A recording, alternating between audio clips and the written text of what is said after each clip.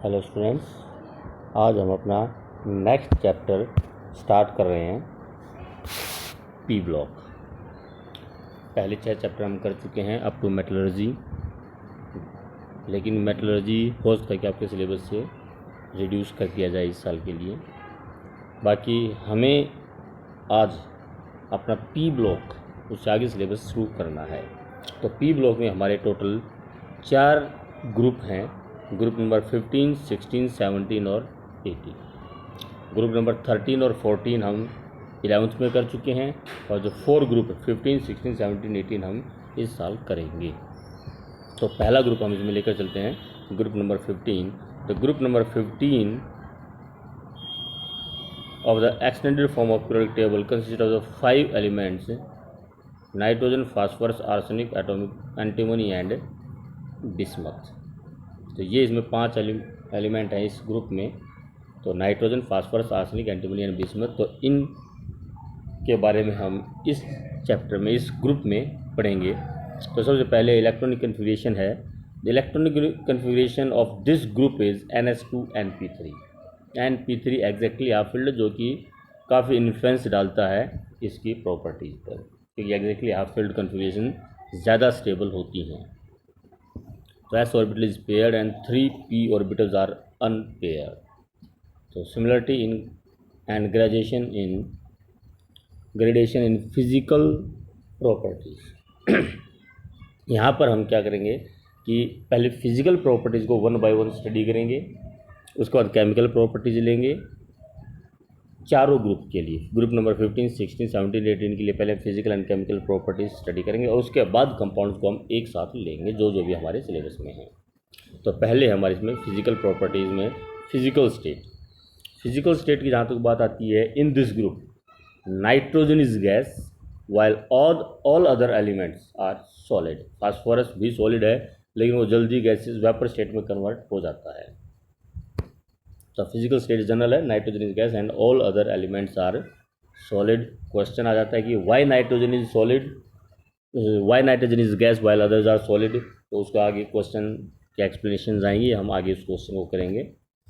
Next is atomic radii. Atomic radii of the 15th group element is smaller than the carbon family. Carbon family के मुकाबले इनका size small होता है। वैसे भी 11th में आप कर चुके हैं कि when we move from left to right, when we move from left to right, size decreases because of increase of effective nuclear charge। तो इफेक्टिव न्यूक्लियर चार्ज बढ़ने की वजह से साइज डिक्रीज होता है। तो इनमें इसी वजह से 15th ग्रुप का साइज 14th ग्रुप के मुकाबले छोटा होगा। डाउन द ग्रुप में अगर हम आते हैं, atomic radii increases with increase of atomic number. Moving down the group, atomic and ionic radii increase from top to bottom to the following reason. Following reason आएगा, क्या रीजन है, ये reason है, इसको देखिए जरा। Increase in number of shell by 1 at each step. जैसे हम डाउन आएंगे, नाइट्रोजन, फास्फोरस, आर्सेनिक, हर स्टेप पे एक शेल इंक्रीज हो जाता है। कैसे इंक्रीज होता है देखिए जरा। नाइट्रोजन की जो कन्फिग्रेशन है, नाइट्रोजन की कन्फिग्रेशन है आपकी 1s2, 2s2, 2p3, 2 शेल है फर्स्ट और सेकंड।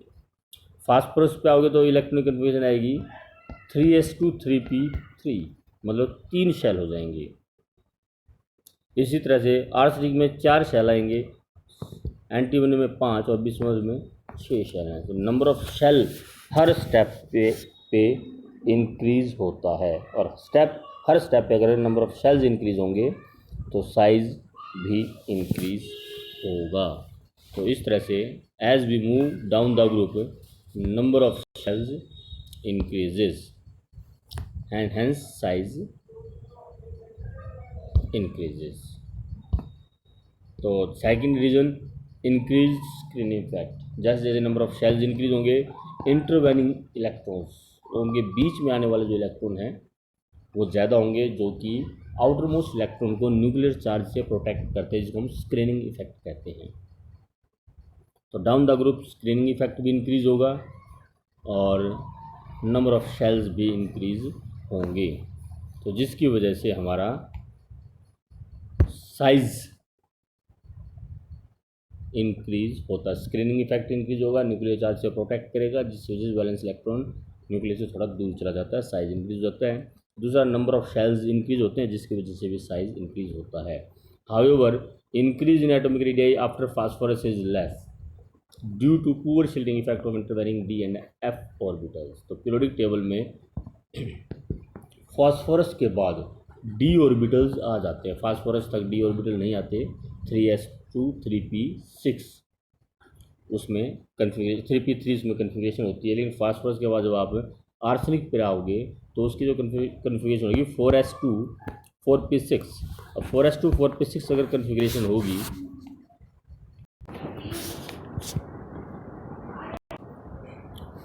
तो उसमें आपके बीच में 3d के इलेक्ट्रॉन आ जाते हैं। और 3d इलेक्ट्रॉन्स आएंगे तो उन d इलेक्ट्रॉन्स की शील्डिंग पुअर होती है, जो न्यूक्लियर को आउटरमोस्ट सेल को, आउटरमोस्ट इलेक्ट्रॉन को प्रोटेक्ट कम करते हैं।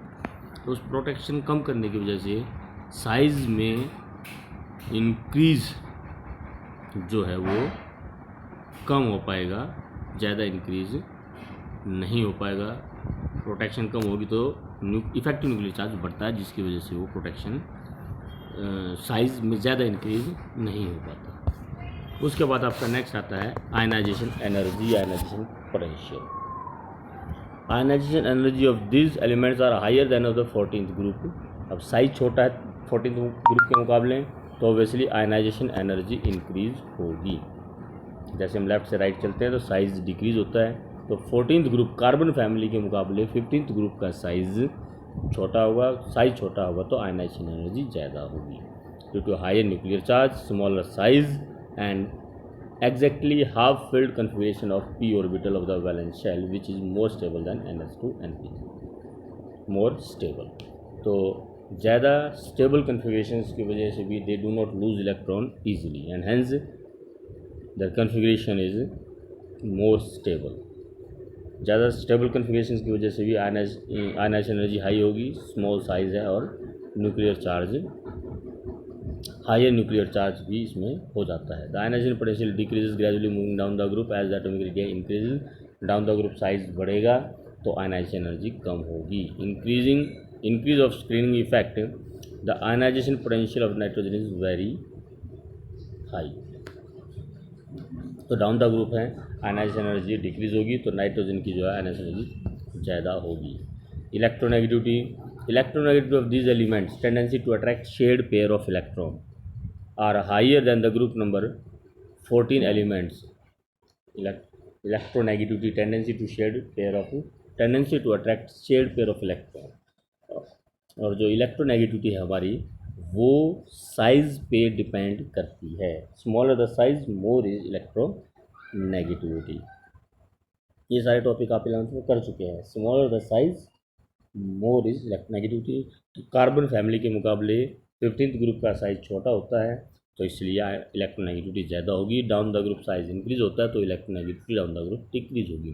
तो नाइट्रोजन ग्रुप में सबसे ज़्यादा इलेक्ट्रोनेगेटिव एलिमेंट होगा। रीजन वही है, high effective nuclear charge and smaller size. Moving down the group electronegative decreases due to increase of atomic size and screening effect. Not phosphorus, after phosphorus the value of electronegativity is almost constant due to poor shielding of d and f orbital electrons। next is density, it increases gradually on descending the group। down the group अगर आप आओगे तो almost density increase ही होती है, left से right भी increase होती है, टॉप टू बॉटम भी इंक्रीज होती है, क्योंकि डेंसिटी हमारी होती है mass by volume, mass by. Down the group आते हैं तो मास इंक्रीज होता है, डाउन द ग्रुप आते हैं तो वॉल्यूम भी इंक्रीज होता है, but increase of mass is more than increase of volume. तो मास का इंक्रीज ज़्यादा होगा तो डेंसिटी इंक्रीज होगी। As we move down the group both mass as well as the volume increase, but increase of mass is greater than the volume increase and hence the density increase.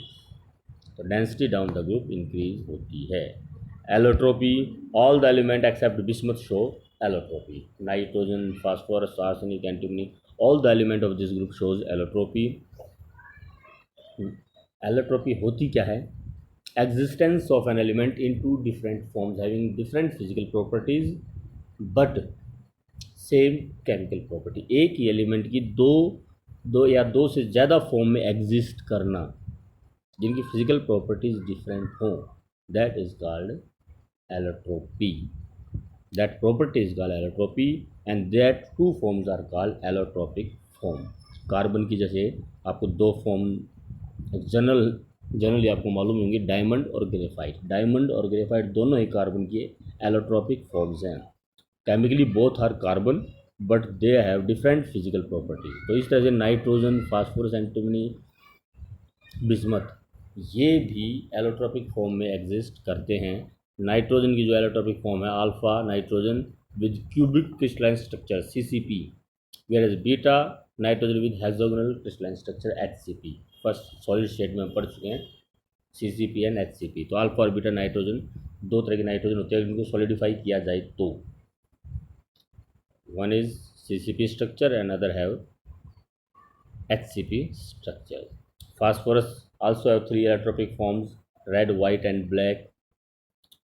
Same arsenic and antimony also shows different allotropic forms: yellow and grey. तो इस तरह से एक bismuth को छोड़कर बाकी जितने भी एलिमेंट हैं all shows allotropic forms. Catenation. Catenation is a tendency of the atom to combine with similar atom with a covalent bond. Catenation हमने कार्बन फैमिली में बड़ी अच्छी तरह से किया था। Carbon combines to produce large number of chains, tendency to combines with similar atom with a covalent bond. Similar atoms के साथ, अपने ही जैसे एटम्स के साथ कंबाइन करने की जो टेंडेंसी होती है उसे हम कैटनेशन बोलते हैं। जैसे कार्बन के साथ कंबाइन करके एक लॉन्ग चेन बना लेता है। ऑर्गेनिक्स में आपने IUPAC नेमिंग पढ़ी भी है, 6 carbon, 7 carbon, 8 carbon, large number of carbons combines to produce a long chain. Even fluorines में C60 carbon also combines with each other. So that is catenation. Capacity या tendency of an atom to combines with similar atom with a covalent bond is known as catenation. Nitrogen family have very little tendency to catenate due to their low bond dissociation energy.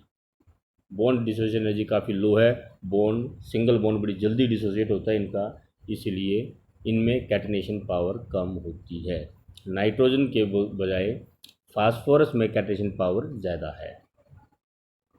The bond energy of carbon carbon single bond, nitrogen nitrogen single bond and phosphorus phosphorus single bond are 353 for the carbon, 163 for nitrogen and 201.6 kilojoule per mole for phosphorus. तो carbon की catenation सबसे ज़्यादा, जितना strong bond होगा catenation उतनी ही ज़्यादा होगी। तो स्ट्रॉन्ग बॉन्ड कार्बन का है, इसकी बॉन्ड डिसोसिएशन एनर्जी बहुत ज़्यादा है। तो इसमें carbon have highest catenation in the periodic table. इस ग्रुप की बात अगर आती है तो among the nitrogen and phosphorus, phosphorus single bond is stronger than nitrogen single bond. Phosphorus की जो बॉन्ड एनर्जी है वो 201.6 है, जबकि नाइट्रोजन की बॉन्ड एनर्जी 163.8 है। तो phosphorus have greater catenation power than nitrogen का स्मॉल साइज होने की वजह से इंटर इलेक्ट्रॉनिक रिपल्सन्स ज़्यादा हो जाती हैं, इस वजह से उसका बॉन्ड थोड़ा वीक रहता है। Nitrogen has very less tendency to catenate and can bond only 3 atoms, can bond with only 3 atom maximum। ज़्यादा से ज़्यादा 3 एटम ही आपस में कंबाइन कर सकते हैं। एग्जांपल आपका हाइड्रोजोइक एसिड है N3H, हाइड्रोजोइक एसिड होता है ये, और हाइड्रोजीन है NH2NH2, इसमें 2 नाइट्रोजन आपस में कंबाइन करते हैं। तो 2 या 3 से ज़्यादा एटम नाइट्रोजन के आपस में कंबाइन नहीं करते। जबकि फास्फोरस का मॉलिक्यूल ही P4 होता है। तो phosphorus can show higher degree of catenation and can form chain and rings of the phosphorus atom.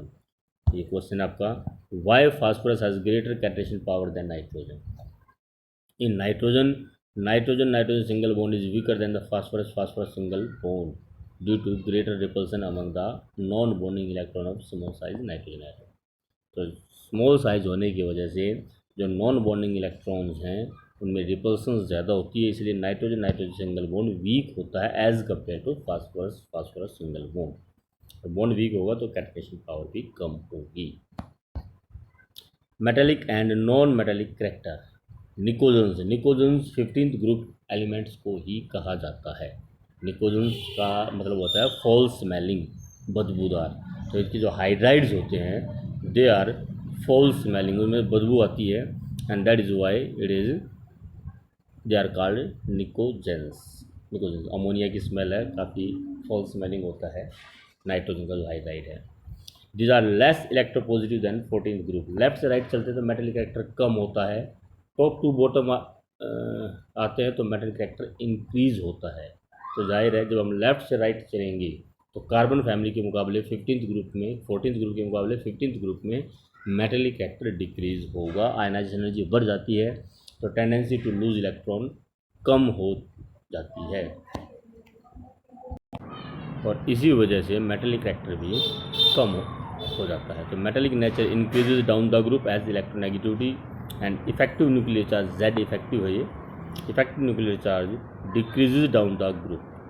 तो जैसे हम डाउन द ग्रुप आएंगे आयनाइजेशन एनर्जी कम होगी, टेंडेंसी टू लूज इलेक्ट्रॉन ज़्यादा हो जाएगी, और जो इलेक्ट्रॉन लूज करने की टेंडेंसी है दैट इज मेटलिक कैरेक्टर या इलेक्ट्रोपॉजिटिव कैरेक्टर। तो electropositive character down the group increase होता है। तो nitrogen phosphorus are purely non metals, antimony and bismuths are metals, और जबकि इसमें बीच में जो आर्सेनिक आ जाता है वो मेटलॉइड है, which shows the properties of both metals and non metal. Nitrogen and phosphorus combines with electropositive elements,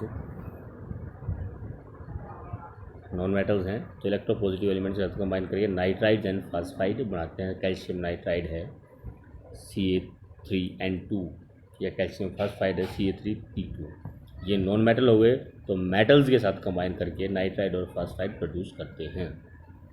nitrides are more stable than phosphides, bismuth and antimony forms alloys with other metals, and nitrogen and phosphorus are non-metal while antimony and bismuth are metals। ये वही बात आ गई आपकी। तो nitrides are more stable than phosphides, तो ये आपका metallic and non metallic character. और अब इसके बाद ये जो नेक्स्ट प्रॉपर्टी हमारी multiple bonding, it is also very important. Multiple bonding मतलब डबल या ट्रिपल बॉन्ड बनाने की टेंडेंसी।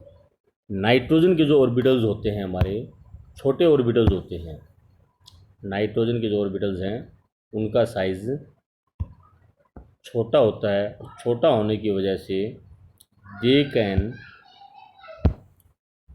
ओवरलैप, छोटा और छोटे साइज़ के ऑर्बिटल होने की वजह से they can overlap sideways overlapping उनमें हो जाती है, और साइडवेज ओवरलैपिंग होने की वजह से they forms pi bond, p pi और बॉन्ड बना लेते हैं। लेकिन नाइट्रोजन के बाद आप डाउन द ग्रुप पाओगे फास्फोरस आएगा, तो फास्फोरस का साइज इतना बढ़ जाता है कि इनके ऑर्बिटल थोड़ा दूर हो जाएंगे और साइडवेज ओवरलैपिंग उनमें नहीं हो पाती। तो साइडवेज ओवरलैपिंग जब नहीं होगी तो पाई बॉन्ड नहीं बनेगा। तो कुल मिलाकर मल्टीपल बॉन्ड बनाने की टेंडेंसी नाइट्रोजन के अंदर होती है, फास्फोरस में मल्टीपल बॉन्ड की टेंडेंसी नहीं होती।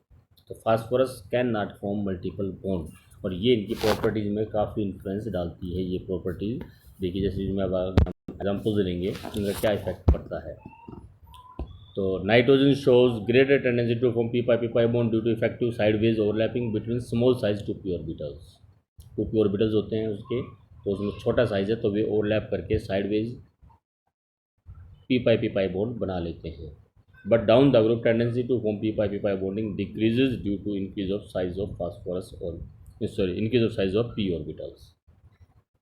p pi d pi bonding, बाकी जो एलिमेंट है नाइट्रोजन को छोड़कर बाकी element p pi d pi bonding कर लेते हैं, क्योंकि इनमें d ऑर्बिटल्स होता है। नाइट्रोजन में d ऑर्बिटल्स ही नहीं होता तो वो p pi d pi bond नहीं बना सकता। Nitrogen can not form p pi d pi bonding due to non availability of d orbital, while other member shows p pi d pi bonding. अब इसके बाद इसमें एटोमिसिटी, अब यहाँ से कुछ क्वेश्चन अराइज होंगे। अब atomicity, nitrogen is diatomic, nitrogen का जो फार्मूला होता है N2 होता है, so nitrogen is diatomic at ordinary temperature. The existence of nitrogen as diatomic molecule is due to ability to form multiple bond, it is therefore inert under ordinary condition. All other elements phosphorus, arsenic, antimony all exist as tetra atomic tetrahedral molecule. बाकी जितने भी P4 tetra atomicity इनकी, लेकिन nitrogen जो है वो di atomic है। क्या मतलब है इसमें जरा देखिए,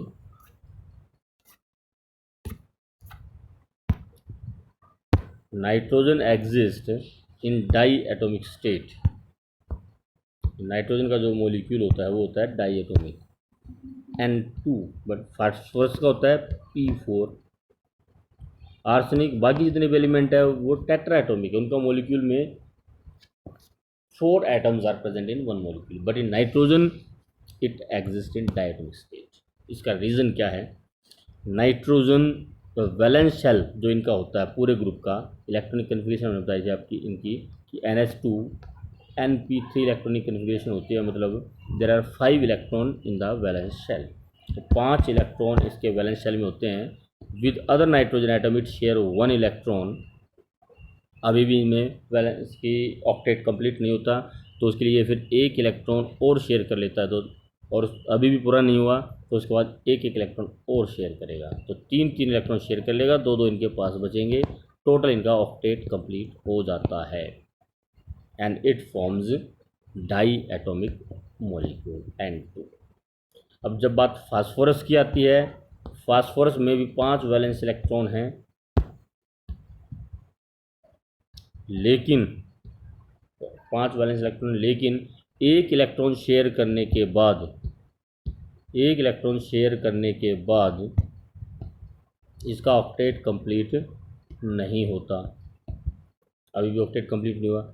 अब दूसरा इलेक्ट्रॉन ये शेयर तो कर नहीं सकता, दूसरे इसी के साथ दूसरा इलेक्ट्रॉन शेयर नहीं कर सकता, क्योंकि उसके लिए पाई बॉन्ड बनाना पड़ेगा।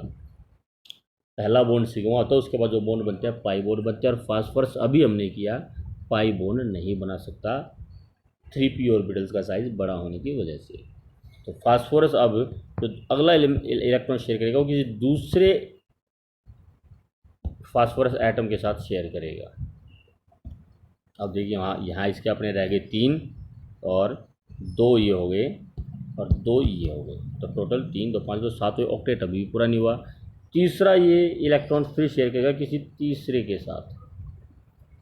तो इस तरह से एक फास्फोरस एटम 3 फास्फोरस एटम के साथ अपने इलेक्ट्रॉन शेयर करके अपना ऑक्टेट कंप्लीट करता है। तो कुल मिलाकर इसकी जो स्ट्रक्चर आएगी वो क्या आएगी? P4, each phosphorus atom is attached with 3 other phosphorus atoms। इस तरह से स्ट्रक्चर आती है। So it is P4 molecule, जबकि नाइट्रोजन का मोलिक्यूल कैसा था? Nitrogen molecule was N2, just like this. वो आपस में ही 3 इलेक्ट्रॉन को शेयर करके N2 मोलिक्यूल बनाते हैं। अब इसमें देखिए, ये तो क्वेश्चन हो गया कि हमारा नाइट्रोजन डाई एटोमिक स्टेट में होता है, जबकि फास्फोरस टेट्रा एटोमिक स्टेट में। फास्फोरस या दूसरे जो एलिमेंट है इस ग्रुप के वो टेट्रा एटोमिक स्टेट में एग्जिस्ट करते हैं। एक क्वेश्चन तो ये हो गया। अब दूसरा इसमें क्वेश्चन जो आता है हमारा, नाइट्रोजन गैस है, बाकी जितने भी एलिमेंट हैं इस ग्रुप के वो सॉलिड हैं, उसका आंसर भी हमारा यहीं पर है। नाइट्रोजन डाई एटोमिक स्टेट में एग्जिस्ट करता है due to formation of multiple bonding, उसकी वजह से इसका जो मोलिक्यूल है वो छोटे साइज़ का होता है, it has small size molecule, while phosphorus the size of the molecule is large.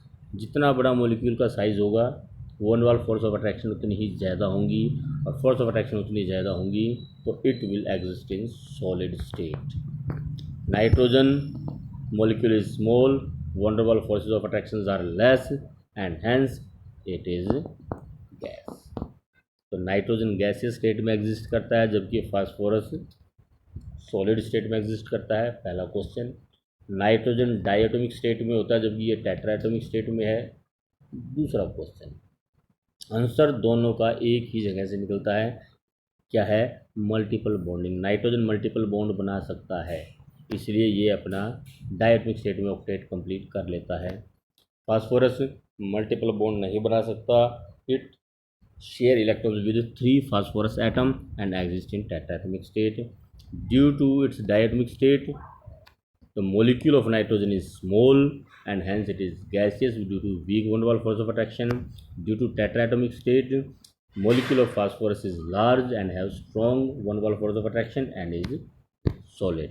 फिर तीसरा एक इसमें और क्वेश्चन भी आ जाता है कि nitrogen is inert gas while phosphorus is highly reactive. Nitrogen inert है, रिएक्ट नहीं करता किसी के साथ। उसका कारण क्या है कि नाइट्रोजन के बीच में ट्रिपल बॉन्ड है। नाइट्रोजन के बीच में ट्रिपल बॉन्ड है। ट्रिपल बॉन्ड होने की वजह से बॉन्ड बहुत स्ट्रांग हो जाता है, आसानी से डिसोसिएट नहीं होता, इसलिए इट इज़ इनर्ट। जबकि phosphorus single bond is very weak. Single bond है, यहाँ सिंगल बॉन्ड है, बहुत जल्दी बॉन्ड डिसोसिएट हो सकता है and hence it is highly reactive. तो ये क्वेश्चन भी इसमें अराइज होता है और इम्पोर्टेंट क्वेश्चन है। जैसे आपका पहला क्वेश्चन है, why nitrogen exist in form of diatomic state while other do not exist in diatomic state but in tetraatomic state. Nitrogen atom being smaller in size have ability to form p-pi bonding and hence nitrogen forms triple bond and exist in diatomic state while other members of the family do not exist in diatomic state due to inability to form p-pi bonding. Complete their octet by combining 3 other similar atoms. ये question हो गया। Nitrogen is inert while phosphorus is highly reactive. अभी बताया आपको nitrogen due to p-pi bonding multiple bonding in nitrogen atom there is a present triple bond. Due to nitrogen triple bond is it has high bond dissociation energy and is inert.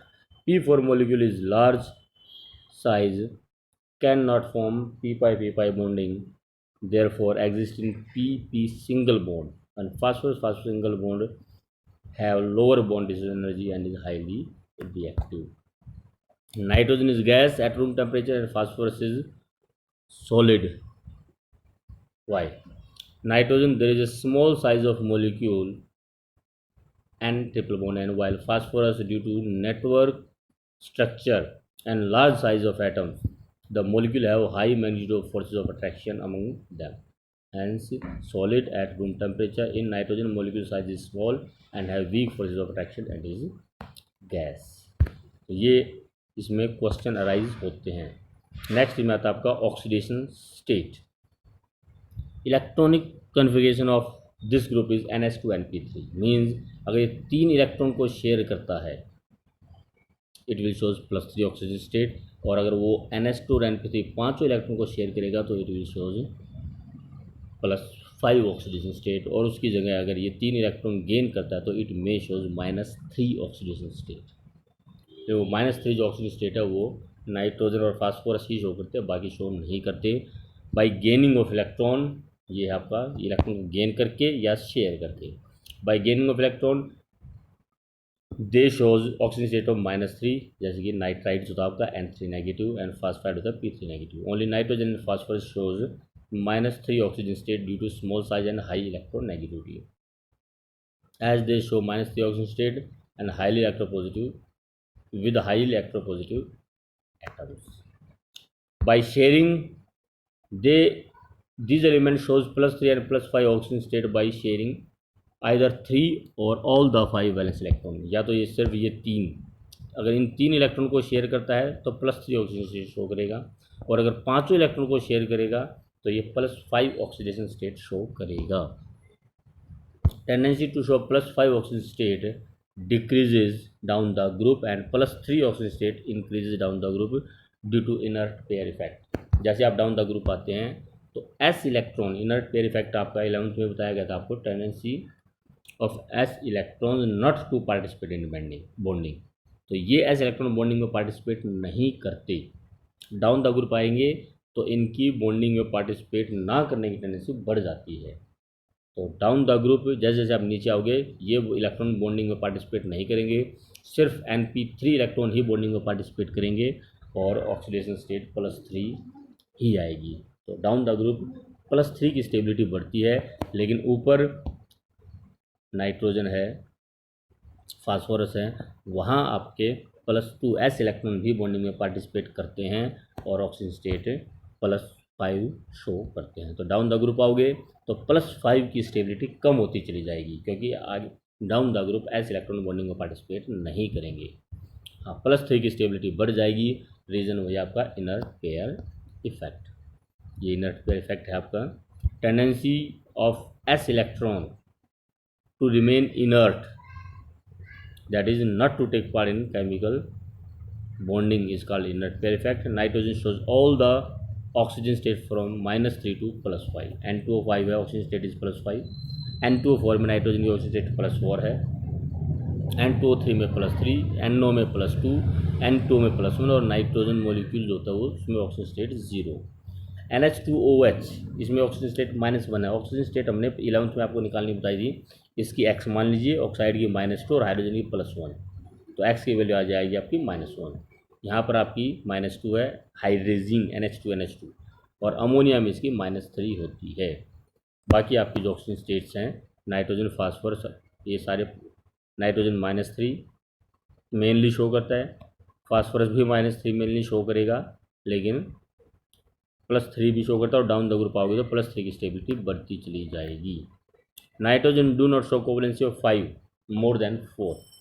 कोवलेंसी मतलब कितने bond बनाता है, कभी भी nitrogen 4 से ज़्यादा bond नहीं बनाएगा।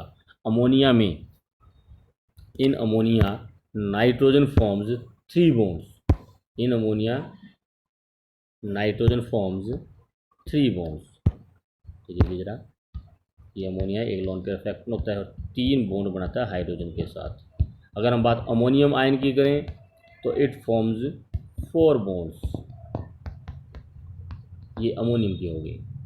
तो मैक्सिमम 4 से ज़्यादा बॉन्ड नाइट्रोजन नहीं बनाता। बाकी फास्फोरस है, PCl5 है, PCl5 में इट फॉर्म्स 5 बॉन्ड्स। बाकी जो एलिमेंट हैं they extend their covalency up to 5, but nitrogen do not show covalency more than 4। Nitrogen 4 से ज़्यादा बॉन्ड कभी नहीं बनाता, 4 से ज़्यादा कोवलेंसी शो नहीं करता। The reason is that nitrogen do not have d orbitals. Because of non availability of d orbitals nitrogen can not extend it covalency more than 4। Nitrogen में आपके टोटल 4 ऑर्बिटल्स ही होते हैं आउटर मोस्ट सेल में। ये जो इसकी configuration है, ये इसकी कन्फिग्रेशन देखिए जरा। नाइट्रोजन 2s2 एंड 2p3, ये जो कन्फिग्रेशन है नाइट्रोजन की 2s2 एंड 2p3, तो ये 4 इलेक्ट्रॉन को शेयर करके, डोनेट करके 4 बॉन्ड ही बना सकता है। It can makes only 4 bond. 5th bond electron pair को एक्सेप्ट करने के लिए इसके पास d ऑर्बिटल्स नहीं होता। 2d not available. d orbitals 3rd shell से शुरू होते हैं, तो non availability of d orbitals की वजह से वो अपनी कोवलेंसी को हद से ज़्यादा एक्सटेंड नहीं कर सकता। तो ये हमारी कुछ फिजिकल प्रॉपर्टीज़ थी। आज हमने फिजिकल प्रॉपर्टीज़ की हैं, कल नेक्स्ट वीडियो में हम इसकी केमिकल प्रॉपर्टीज़ करेंगे। तो आज इतना कीजिए आप, नेक्स्ट लेते हैं हम अपने नेक्स्ट क्लास के अंदर। Thank you.